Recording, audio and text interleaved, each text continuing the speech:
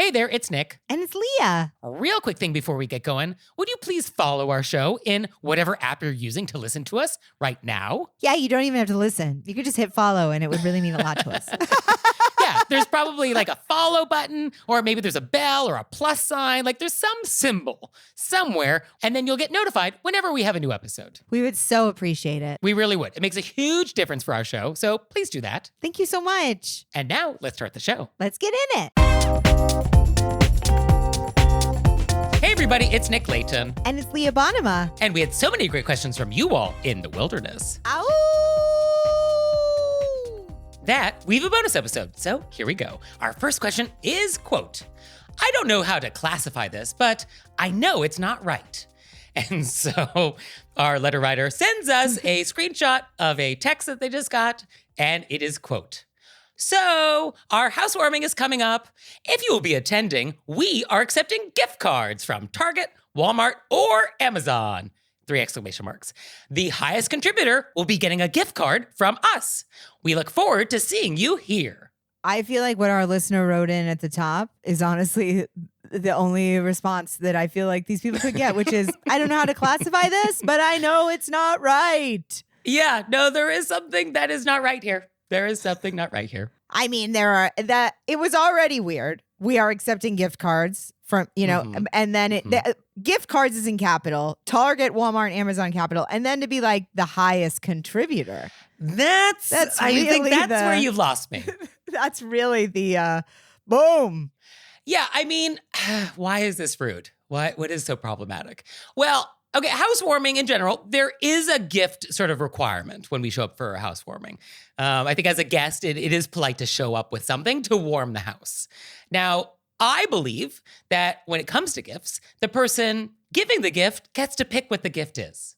I don't love registries for this reason. I don't like telling people how they should spend their money. I don't like giving people a shopping list.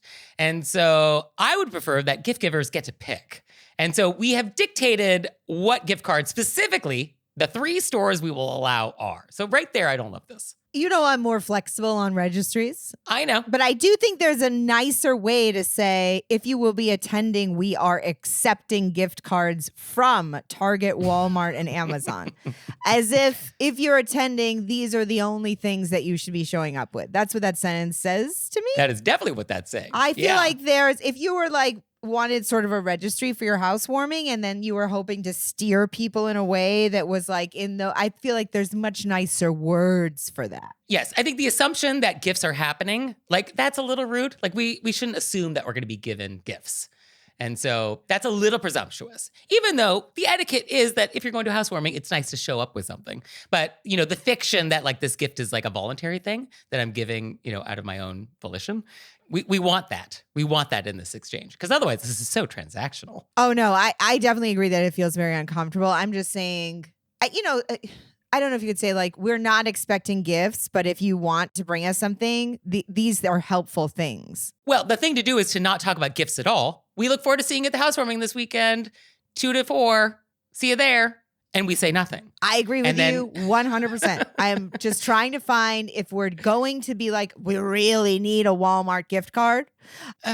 I'm just trying to find, would there be language? Well, in terms of etiquette world, no, there is no polite way to extract treasure and presents and money from people. Like there's just not a polite way to tell people how to spend their money and give them shopping lists. There's just not a real polite way to do that. So you would say nothing about gifts. And then if somebody was like, gosh, do you need something? Or what can I bring? Or what do you like? I don't know your taste. Then you could say like, oh, if you want to bring something, then, a gift card from a Target or an Amazon or Walmart, that would be perfectly lovely and totally great and no pressure, obviously.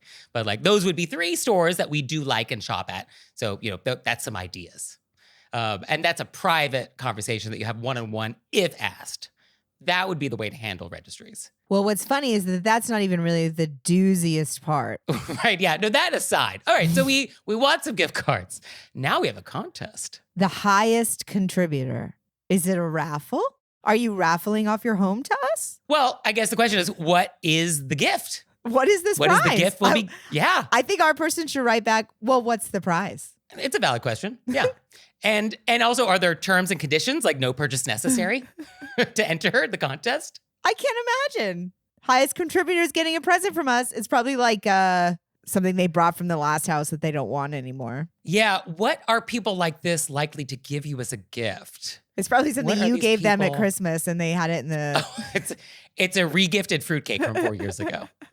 Yeah. Like the idea that we want to make sure we extract the highest dollar amount out of everybody and want to incentivize people to do that because then they'll get a gift from us. Yeah. I mean, it's clever.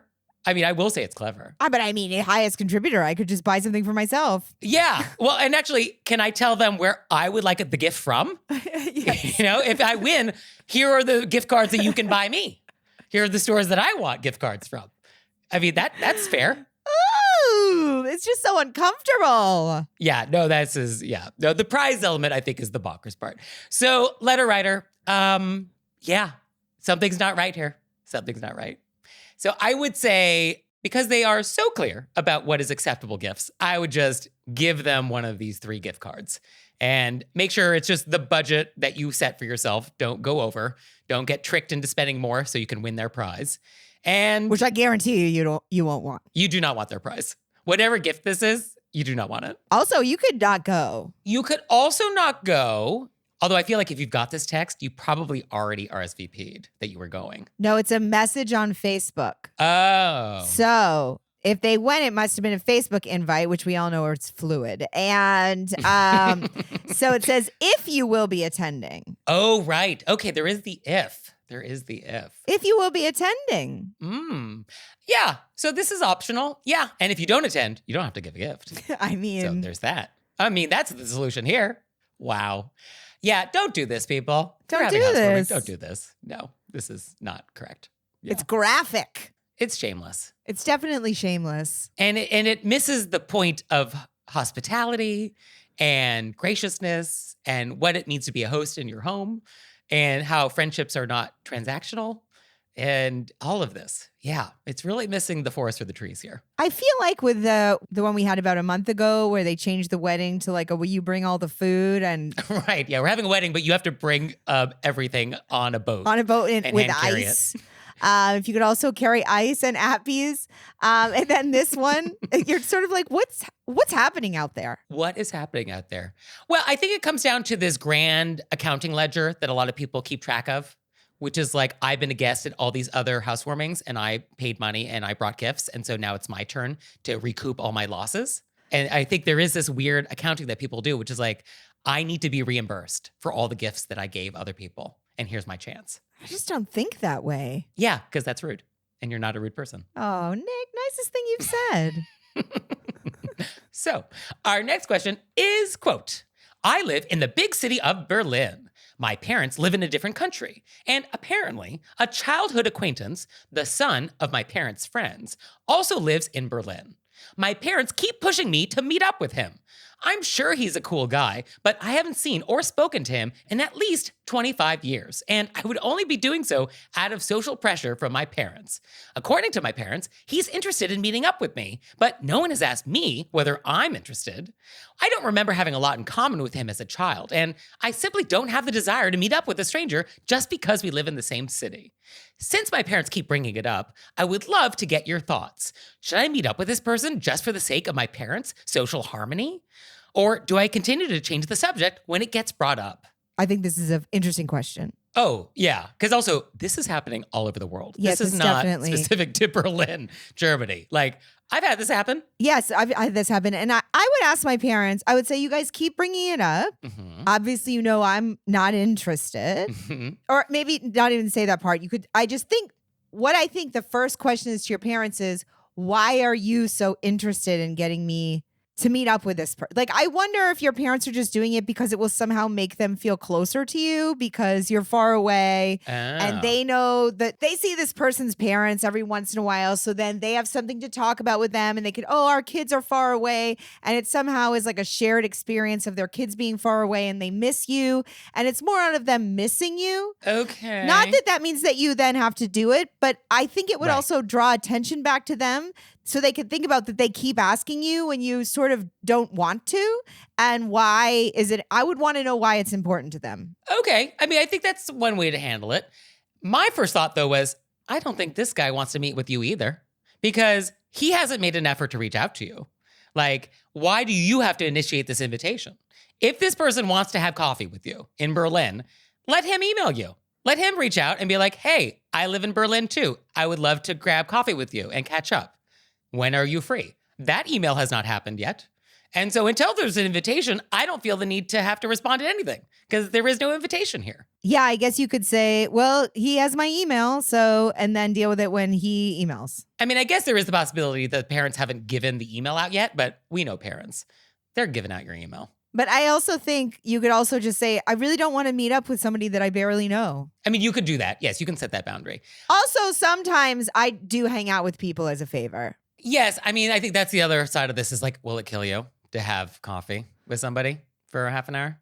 And you could do it at the time and place that is convenient for you. I mean, sometimes when I have obligatory meetings like this, I don't inconvenience myself unnecessarily.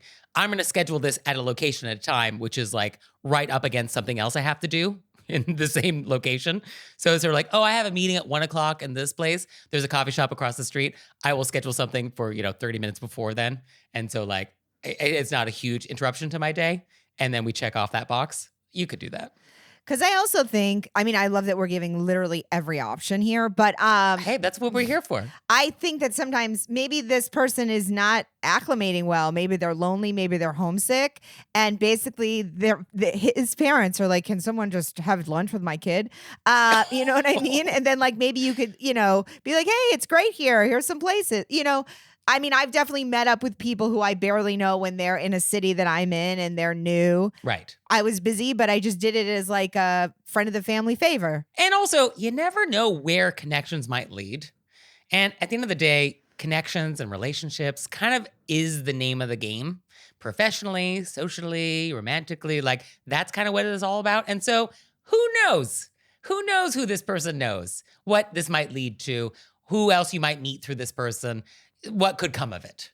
And so, unless it's really inconvenient or there's some like overwhelming reason that you really can't or don't want to, yeah, it might lead to something interesting. And so maybe that's worth taking the chance. I think this is where I'm going to end finally. We've worked our way through. Mm-hmm. I think if this sentence, I don't remember having a lot in common with him as a child. If that is leaning towards you saying in a polite way, I didn't like him as a child. Oh, he was like a mean kid to me or something. Then don't meet up with him. If what you're flagging is that you actually feel uncomfortable around this person, if that's the subtle undertones, then just say, I appreciate it. I recognize that we're, both far away. I don't want to meet up with him. If that's what that means, if there's an undertone to that. Otherwise, I think do the thing where Nick said, give him my email. Okay, yeah. So if it's not that, then I would say, give my email, lob the ball over the net to their side and leave it up to them to figure it out. And if they reach out, then at that time you could decide whether or not you want to do it, or if you do, how to make it convenient for you. Yeah. Okay. I feel like that's what we really had a whole journey there. We had a whole journey, and I feel really good about. I will also say that sometimes people have been like, "Hey, can you meet my friend here?" No, there's no more also says. We covered it all, Leah. No, but I'm agreeing with the thing that you said earlier. Oh, well, then you can continue. Yes, that's why I thought you would like it. I've had friends be like, "Hey, can you meet up with my friend? They're just new and they don't." And I went and met them, and then we've actually become friends. Yeah, I mean, I think this is also a possibility. So, yeah, give it a shot. Unless they're icky, then right. Nosies. Okay. And now it's time for an intermezzo. Intermezzo. So this episode is brought to you by Brooklinen. And life this summer is happening outside. But the best place to re-energize? Your house. And Brooklinen's coming over. Bring home their award-winning bedding and bath essentials so you can rest and recharge with the best. And then get back out there. I got to tell you, I have been taking a lot of naps. There's nothing like a summer nap. You go outside, you're hot. Yeah. It's warm. You come back in. Maybe you take a cool shower. Maybe you just like slip on some like a cool t-shirt. You get into those crisp sheets. Oh. And I enjoy the Brooklinen Percale sheets, but they've also got great linen options, which are perfect for summer. I love my sheets so much. And I just get in there. Ooh, it's so nice. So start, end, and dot your summer days with the reviving comfort of Brooklinen. Visit in-store or online at brooklinen.com. That's BROOKLINEN.com and use code WOLVES for $20 off your order of $100 or more.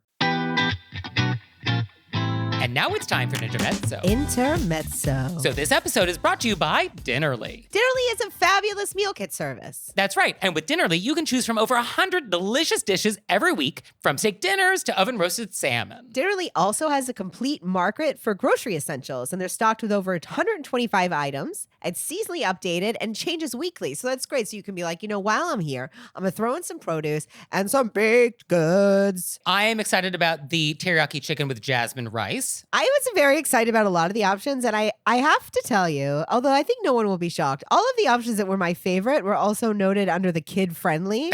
And I thought, it's that childlike wonder. it is that childlike wonder, even coming through on my food choices. But I am very much looking forward to happy hour cheesy potato skin nachos. Come on. They have an happy hour. So we can't wait for our boxes to arrive. And if you want to give it a try, make cooking exciting, affordable, and easy with Dinnerly. Head to dinnerly.com/offer/RBW and use code RBW for up to 25 free meals. Once again, that's dinnerly.com/offer/RBW for up to 25 free meals. And make sure you use the promo code RBW so that they know we sent you. So our next question is, quote, quick question. A coworker who I'm not fond of because of a history of rude and inconsiderate behavior put me down as a job reference without ever asking for my permission or letting me know he was applying. This would be a job in addition to his current job where I'm at. I am so taken aback by his presumptuousness and that he didn't ask if I was willing to be a reference in advance. Would you speak up to him about the etiquette here? This person is in their late 40s, so they're not new to the professional world. I would love to know if the person came over to them and said, hey, I put you down as a reference for a job I applied for, or if the person at the job has already called them and been like, we got you as a reference. I think that this person was put down as a reference without warning. And the way they know that is that I think they were contacted for a reference. Yeah, I got that they got put down as a warning. I just didn't know how they found out. Did they get contacted or did someone say, hey, someone's contacting you? Well, the coworker, I don't think, has volunteered this information. So I think in that case, what you do, but I mean, that case, it's already over. Do you know what I mean? Because in that case, I would literally, I think I said this on the podcast. I had somebody do this to me and the person called, and I want to give people good references. But this was not a person that had certain skills. And when the person called, I didn't know I was a reference. And they could tell that I had no idea what they were talking about. Yeah. And they go, did this person not tell you you were a reference? And I said, yes, they didn't. That correct. is correct. So then then that person is getting everything they need to know from that. Right. Yeah. I mean, I think you have two choices. You could speak to this coworker and let them know, like, hey, I was surprised because I think it's a courtesy to give people a heads up before you list them as a reference. And you could do that to make sure that this person doesn't do this again. Or, you don't have to do anything. And then when you are called for that reference, you could do what Leah just did, which is like, oh, I'm listed? Oh, how interesting. Oh, unfortunately, I cannot give a reference for this person.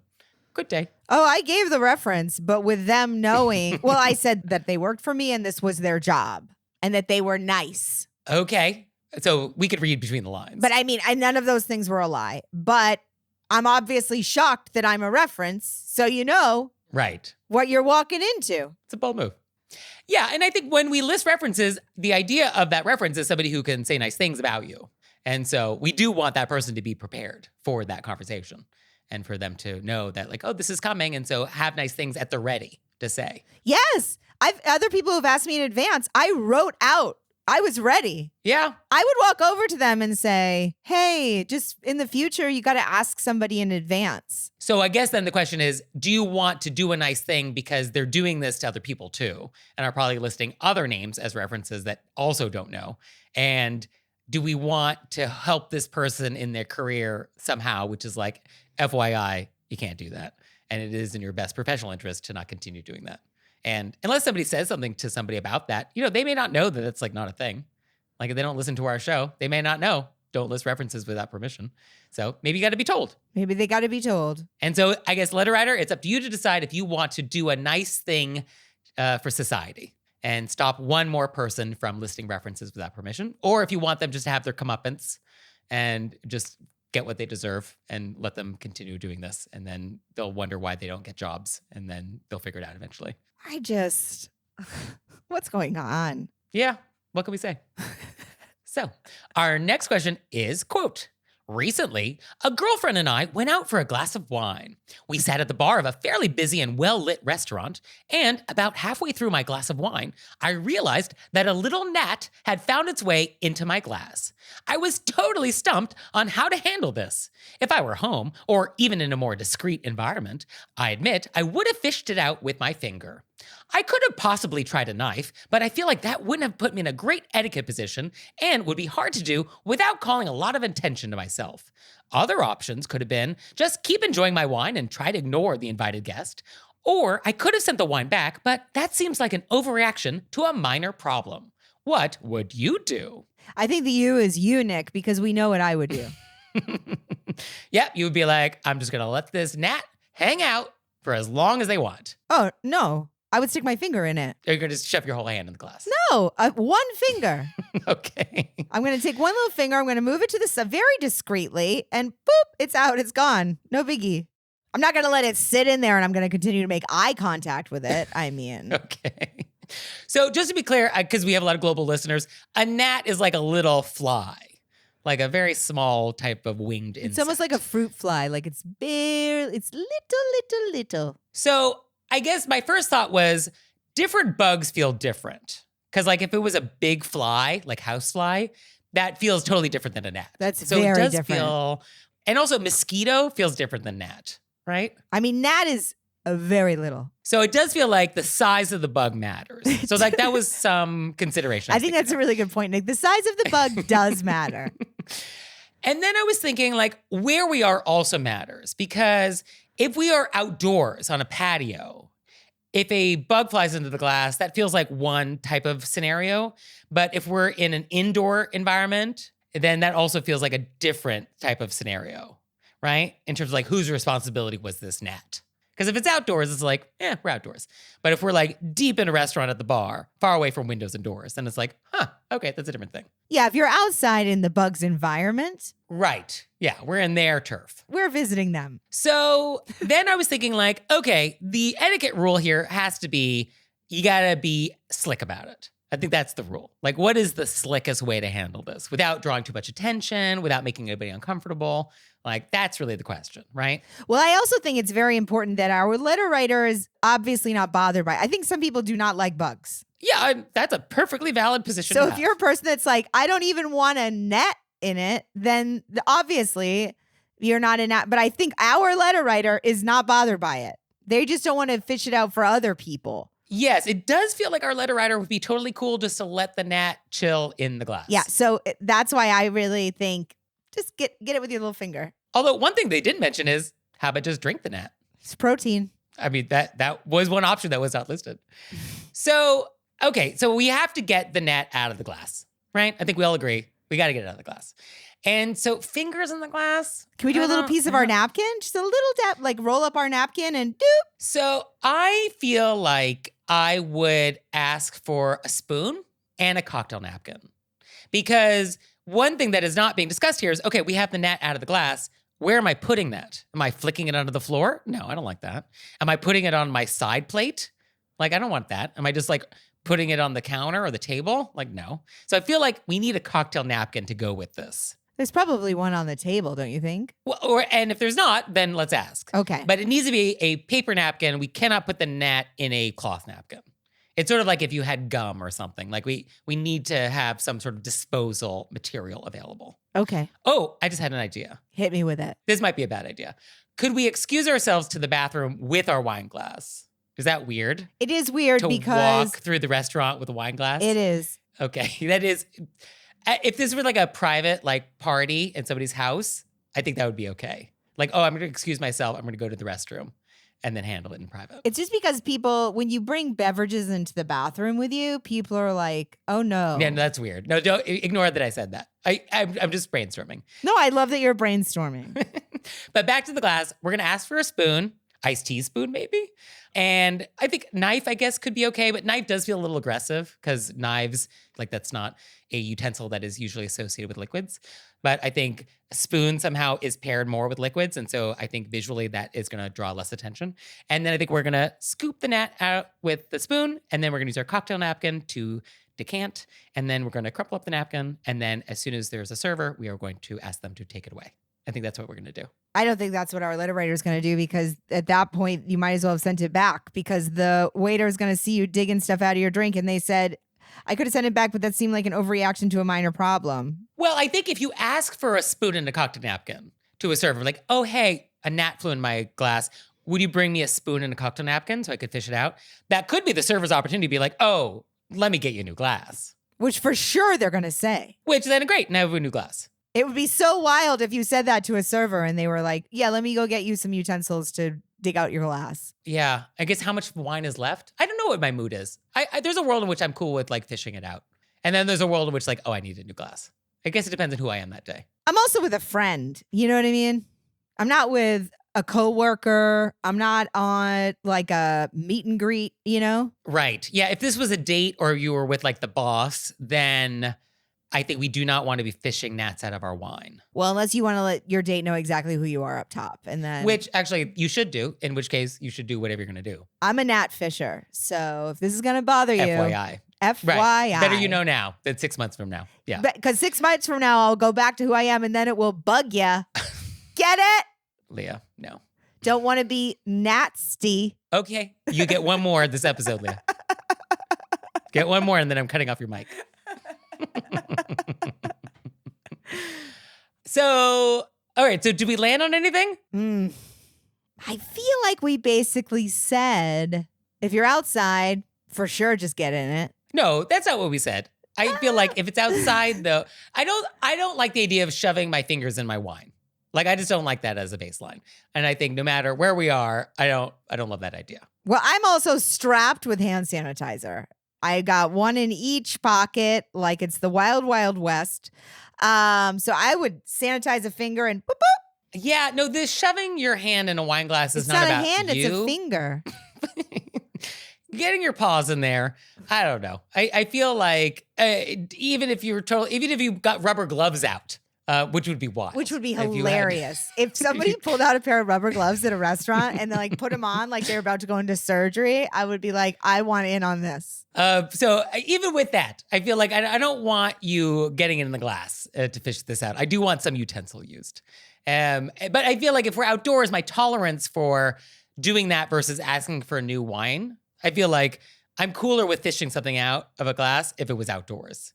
If I'm indoors, I'm more inclined to want a new glass, I guess. I still think you could roll up a paper napkin that's probably already on the bar and dip it on the gnat and pull it out, and then we don't have to ask anybody for anything. Yeah, okay. Can we use it almost like a wick? I guess. Yes. Right. Can we wick it out? Like in a cone shape. Yeah.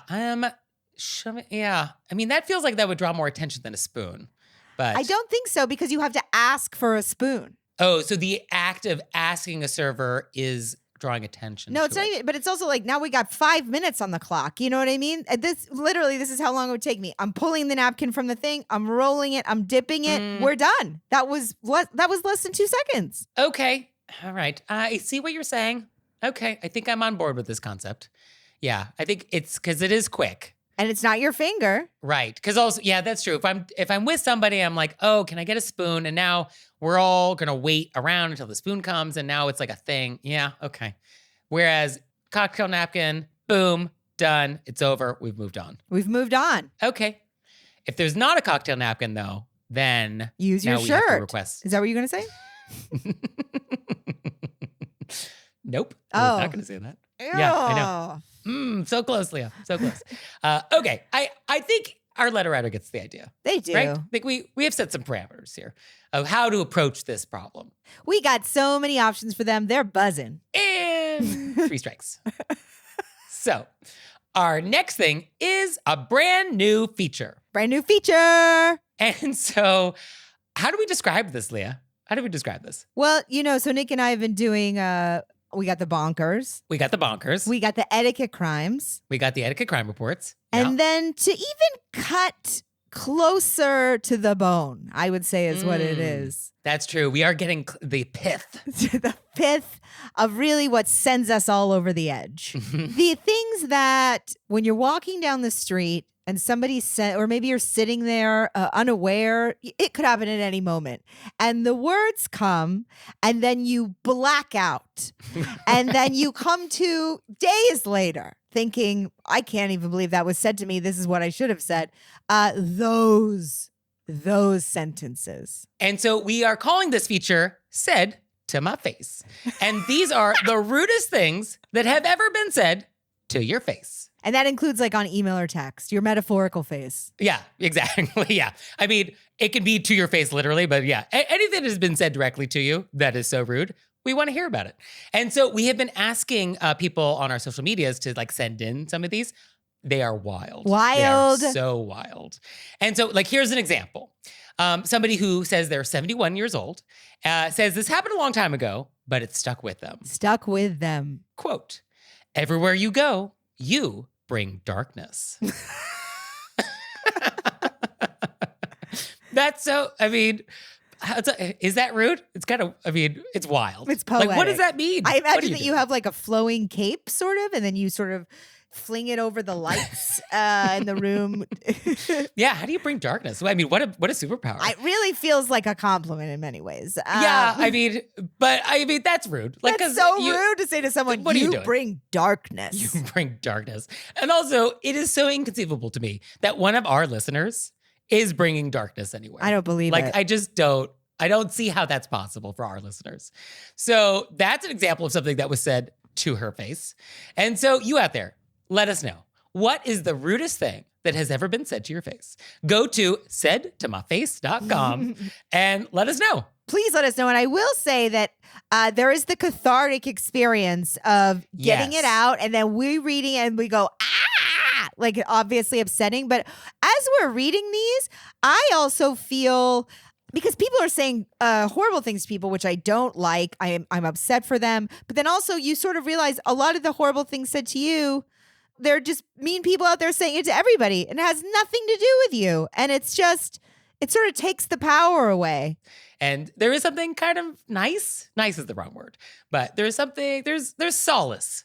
There's solace in this. Oh, I find solace. I remember when like I was younger and people would say mean things to me. I wouldn't tell people because I felt like it was somehow, bad. Mm. And then that's what I love about comedy is I take anything mean somebody did and I say it out loud, and I feel like it takes away. Yeah, it loses power. Yeah, it loses power. So that's what I like about this. That way we can all say that person's bad. You're great. Yeah. Oh, no, this is the ultimate invalidation that like, oh, that was totally rude.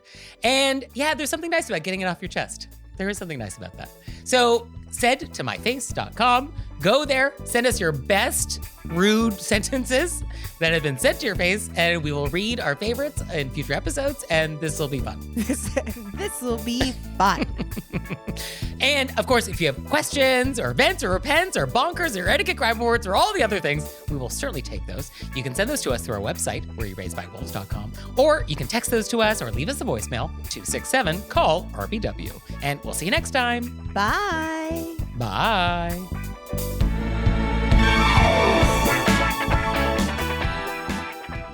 Oh, Leah, one more thing. What? Have you signed up for Patreon yet? I have. Me too. You out there, have you signed up for Patreon yet? No? Well, go to our website, wereraisedbywolves.com, click on monthly membership, check it out, because we would really appreciate it if you'd support our show. We love your support. We would. So please do that, and we'll see you next time. Bye. Bye.